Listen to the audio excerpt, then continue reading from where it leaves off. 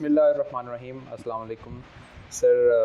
نیا ایک سلسلہ ہم شروع کر رہے ہیں, آڈیو سیریز, جس میں ہم جو جنرل پبلک کی طرف سے ہم سے کویشچن پوچھے جاتے ہیں ان سب کو کمبائن کر کے آپ کی خدمت میں ہم حاضر ہوئے ہیں. اور کیونکہ ابھی کچھ ہی میرا خیال ہے پورا ایک مہینہ بچا ہے اور اس کے بعد ہمارا حج کا سلسلہ شروع ہو جائے گا, بڑی عید آ رہی ہے, تو اس حوالے سے کافی ڈفرینٹ کویشچن جو ہے وہ ہمارے پاس آئے. کچھ کمنٹ باکس میں آئے, کچھ ان باکس میں آئے, کچھ ویسے ہی اورلی آپ سے لوگ پوچھتے رہتے ہیں, تو اسے ہم نے کنسائز کر کے کمپائل کر کے آپ کی خدمت میں جو ہے وہ ایک ایک کر کے ہم پیش کرتے ہیں. تو اگر آپ اجازت دیں تو ہم شروع کرتے ہیں. پہلا سوال بڑا بنیادی سا سوال ہے کہ یہ حج کیا ہے, حج کے بارے میں تھوڑا سا بتائیے گا, اور حج کی یہ جو خاص پریکٹس ہے اس بارے میں آپ کیا کہیں گے؟ جی بسم اللہ الرحمن الرحیم. دیکھیے, حج عبادات میں جتنی ہمیں اللہ تعالیٰ کی طرف سے عبادات نبی پاک صلی اللہ علیہ وآلہ وسلم نے عطا کی, ان سب عبادات کا مجموعہ حج کہلاتا ہے. اور عبادات میں اس کو آپ کہیں اگر تو top of all worships is called Hajj. حج بنیادی طور پر سفر کو کہتے ہیں, ایک ایسا سفر جو کسی مقصد کے لیے کسی جگہ سے کسی جگہ تک کیا جائے. حج اللہ تعالیٰ کی طرف سے وہ عبادت ہے جس میں ہماری صلات کی تمام جتنے بھی مناسک ہیں وہ اس کے اندر آ جاتے ہیں. شہادت آلریڈی آ جاتی ہے, روزے کی تکالیف بھی اس میں شامل ہو جاتی ہیں, زکوٰۃ کی جتنی بھی ہیں وہ ساری, یعنی اللہ تعالیٰ کی راہ میں قربان کرنا اپنی مال و دولت کو, وہ بھی اس میں شامل ہو جاتا ہے. اور تمام کی تمام وہ مشکلات جو انسانی زندگی میں کبھی آتی ہیں اسلام کے ناطے سے, وہ ساری اکٹھی ہو کر حج کی عبادت میں آ جاتی ہیں. اس لیے حج کو عبادات میں سب سے اعلیٰ درجے پہ اس حیثیت سے رکھا جاتا ہے کہ اس میں ساری کی ساری عبادات اکٹھی ہو جاتی ہیں. اللہ تعالیٰ قرآن مجید میں اس کے بارے میں کہتا ہے کہ آپ حج کرو. کون کرے گا حج؟ من استطاع الیہ سبیلا, جو وہاں تک پہنچنے کی استطاعت رکھتا ہے. جی ٹھیک ہوگا سر. اسی پہ ذرا بتا دیں کہ من استطاع سے کیا مراد ہے, استطاعت سے کیا مراد ہے, مزید اس کی ذرا کلیریفیکیشن. دیکھیے, اب استطاعت کی بات جو ہوتی ہے تو یہ صرف مال و دولت کی بات نہیں ہے کہ آپ کے پاس پیسہ ہے تو آپ وہاں تک پہنچنے کے لیے مکمل طور پر آپ کو کہا گیا ہے کہ آپ پہنچیں.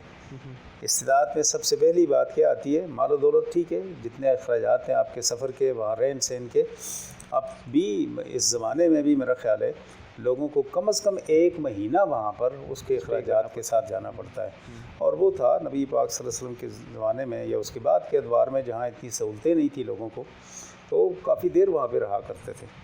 استطاعت کے معنی ہے آپ جسمانی لحاظ سے مکمل طور پہ تندرست ہوں, کسی ایسی بیماری میں مبتلا نہ ہوں جہاں مشقت برداشت نہ کر سکیں. استطاعت کے معنی ہے مال و دولت اور اخراجات وہ سارے جو آپ کو وہاں پر خرچ کرنے ہیں وہ آپ کے پاس مہیا ہونے چاہیے.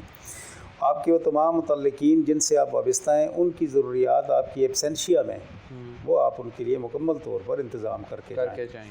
آپ کے یہاں کوئی کھیتی باڑی, کوئی کاروبار, کوئی بزنس, کوئی جانور, کوئی اس طرح کی ساری چیزیں جو آپ کی ذمہ داری میں ہیں ان کے لیے پورے کا پورا انتظام کر کے جائیں. آپ کے جتنے نوکر چاکر ہیں ان سب کے لیے آپ مکمل طور پر انتظامات, ان کی تنخواہوں کا, ان کی جو لین دین ان کے ساتھ ہے آپ کا رکھا ہوا ہے, اس کے لیے انتظام کر کے جائیں. پھر اس میں سب سے بڑی بات یہ آ جاتی ہے کہ وہاں تک پہنچنے کے لیے راستے مکمل طور پر کھلے ہوں, یعنی زمانہ حالت امن میں ہو.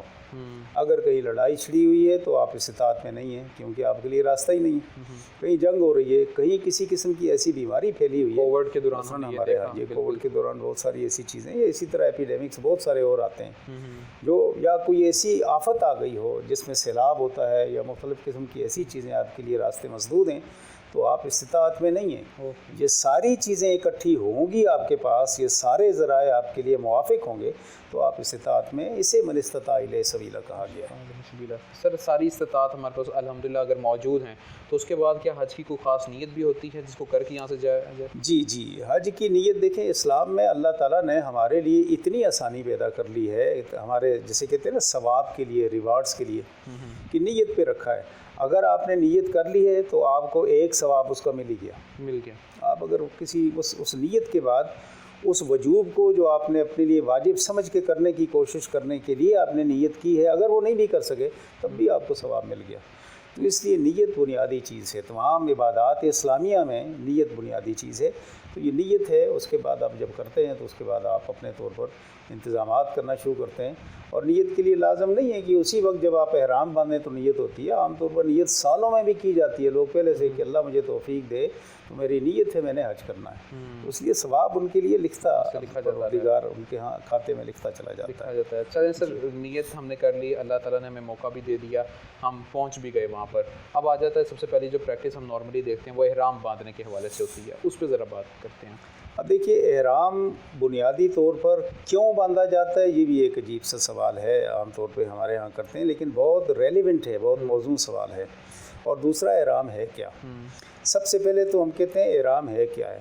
احرام کے معنی ہوتے ہیں کہ اپنے اوپر متعینہ جو اللہ تعالیٰ کی طرف سے اس عبادت کے کرنے کے لیے جو آپ کے لیے اللہ تعالیٰ نے جو متعینہ پابندیاں رکھی ہیں، ان پابندیوں کا ان متعینہ دنوں کے اندر اپنے اوپر اطلاق کر دینے کا نام ہے احرام۔ اوکے، اب احرام اگر آپ کو اللہ تعالیٰ نے توفیق دی ہے تو آپ 2 چادریں انسلی ہوئی، انسلی 2 چادروں کا مطلب ہے کہ آپ نے مکمل طور پر دنیا سے کنارہ کشی اختیار کر لی۔ اب یہ مقصد ہے احرام کا۔ اوکے، لیکن دیکھیے اس میں یہ 2 چادریں، اس میں رنگ سفید ہو یا جو بھی ہو جو آپ کو پسند ہو، لیکن عام طور پر کامنلی طور پر ہمارے ہاں جو حج کا یونیفارم کے طور پر آتا ہے، یعنی یونیفارمٹی اس میں لانے کے لیے تو اس میں سفید استعمال ہوتی ہے 2 چادریں، نیچے ایک تہبند کے لیے اور ایک اوپر آپ کے شانوں کے اوپر یا اوپر چیسٹ کے اوپر ڈھانپنے کے لیے، یہ آپ کی 2 چادریں ہیں۔ اچھا، اس کا مقصد میں نے آپ کو بتا دیا، مقصد یہ ہے کہ دنیا سے اپنے آپ کو الگ کر دینا، یہ مقصد ہے احرام کا۔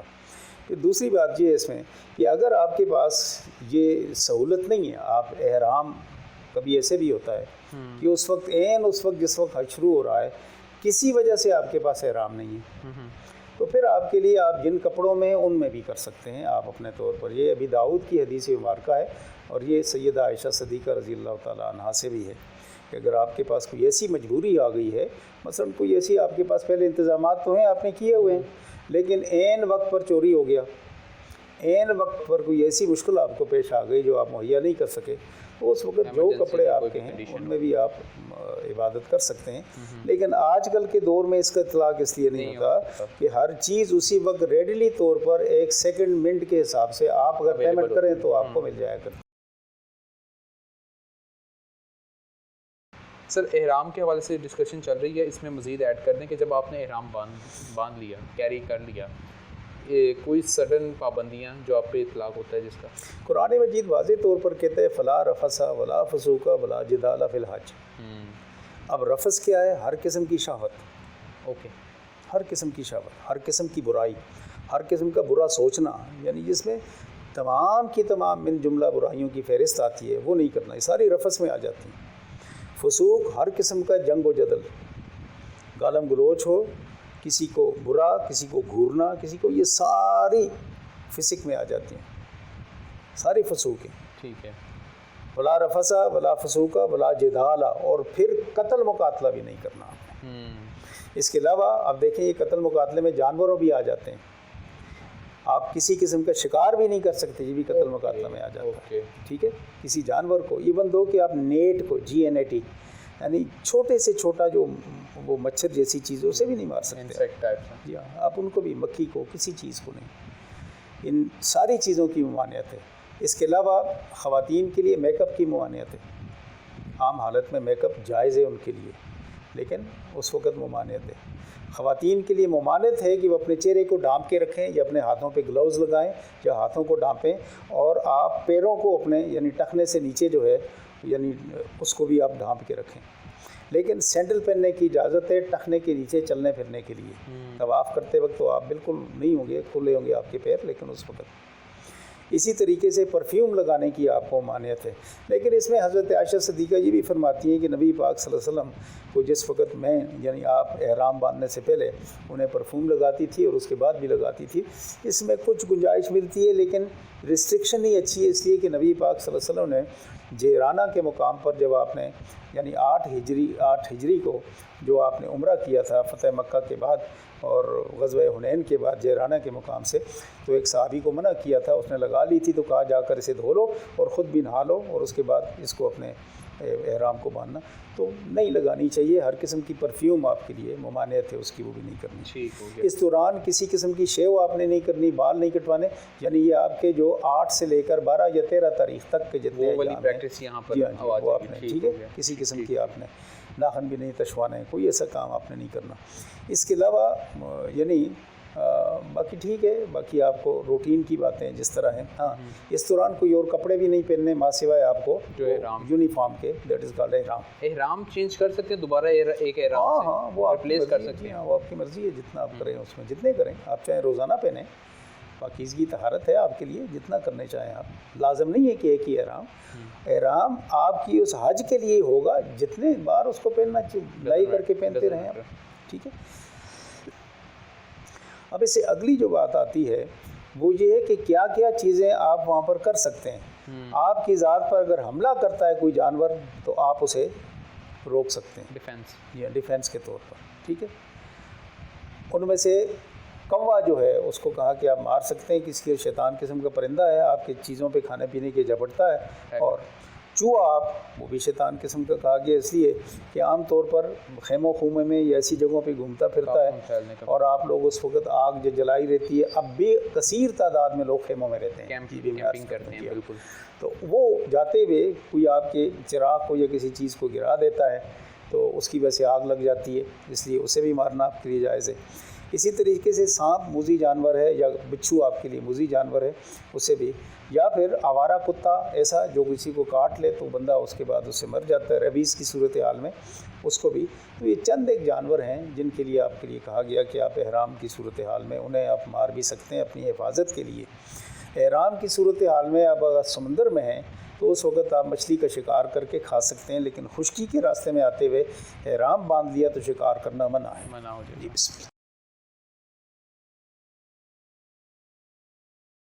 مزید سر اس میں ایڈ کریں یہ مواقیت احرام، اس حوالے سے کیا کہیں گے آپ؟ دیکھیے مواقیت کو کہتے ہیں یعنی پوزیشنز اور پلیسز فرام ویئر احرام was permitted to be put on by the Prophet صلی اللہ علیہ وسلم.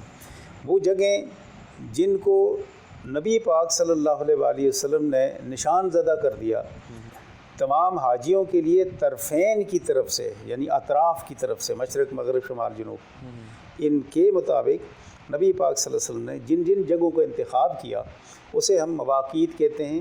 یہ مواقیت جو ہے بنیادی طور پر میقات کی جمع ہے. میقات معلوم، قرآن مجید میں بھی اس کے بارے میں ذکر ہے. نبی پاک صلی اللہ علیہ وسلم نے جس وقت مدینہ طیبہ سے حج کے لیے آخری حج کے لیے گئے تو ذوالخلیفہ کے مقام کو آپ نے مدینہ کی طرف سے یعنی جنوب کی طرف سے آنے والے لوگوں کے لیے مواقیت کے طور پر the place where ihram should be put on، اس کو ذوالخلیفہ. اور اسی طرح شمال کی طرف سے یعنی یمن کی طرف سے آنے والوں کے لیے یلملم ایک جگہ ہے، اب بھی اسی کو آبزرو کیا جاتا ہے. اسی طرح سیریا کی طرف سے مصر، سیریا، شام، فلسطین، ان سارے علاقوں کی طرف سے آنے والے لوگ یعنی آج کل مغرب کی طرف سے آنے والے لوگ، ان کے لیے الجحفہ کا انتخاب کیا. الجحفہ اب بھی ایک صوبہ ہے یا ضلع ہے، یہ مکہ کے ساتھ لگتا ہے اس طرف سے آتے ہوئے. پھر آپ نے مشرق سے آنے والے لوگوں کے لیے اس وقت آپ صلی اللہ علیہ وسلم نے 3 جگہوں کو انتخاب کیا تھا. ان تینوں کی روایات مختلف ہیں. ایک ہے قرن المنازل، یہ عبداللہ بن عمر رضی اللہ تعالیٰ عنہ سے روایت ہے، اور ایک ہے حضرت عائشہ صدیقہ رضی اللہ تعالیٰ عنہ سے. وہ کہتی ہیں کہ یہ ذات عرق اس طرف سے آنے والے لوگوں کے لیے. حضرت عبداللہ بن عباس رضی اللہ تعالیٰ عنہ فرماتے ہیں کہ نبی پاک صلی اللہ علیہ وسلم نے عقیق کے نام سے جو جگہ ہے اس کو منتخب کیا مشرق کی طرف سے آنے والے لوگوں کے لیے. اب دیکھیے اس کے لیے کیا چیز نبی پاک صلی اللہ علیہ وسلم نے مد نظر رکھی کہ یہ وہ جگہ ہیں جن کے بعد آپ اگر جو ہی ایکسپوز ہوتے ہیں تو آپ کو کعبہ نظر آتا ہے. تو فرمایا کہ جی کعبہ کے نظر آنے سے پہلے آپ کو احرام میں ہونا چاہیے اور تلبیہ آپ کی زبان پہ ہونا چاہیے. لیکن جو لوگ مکہ کے اندر رہنے والے ہیں ان کے لیے فرمایا کہ اپنے گھروں کے اندر سے جب نکلیں باہر تو اسی وقت آپ احرام باندھ لیں، کیونکہ آپ کے سامنے تو ہر وقت کعبہ رہتا ہے، ٹھیک ہے۔ لیکن اس میں جو لوگ ادا کرتے ہیں مکہ کے یا اس کے ارد گرد کے رہنے والے لوگ، جو لوگ عمرہ ادا کرتے ہیں تو ان کے لیے جگہ ہے تنعیم، وہاں سے یہ احرام باندھتے ہیں۔ تو ان تمام جگہوں کو میقات کے نام سے جانا جاتا ہے، اور مواقیت میقات کی جمع ہے۔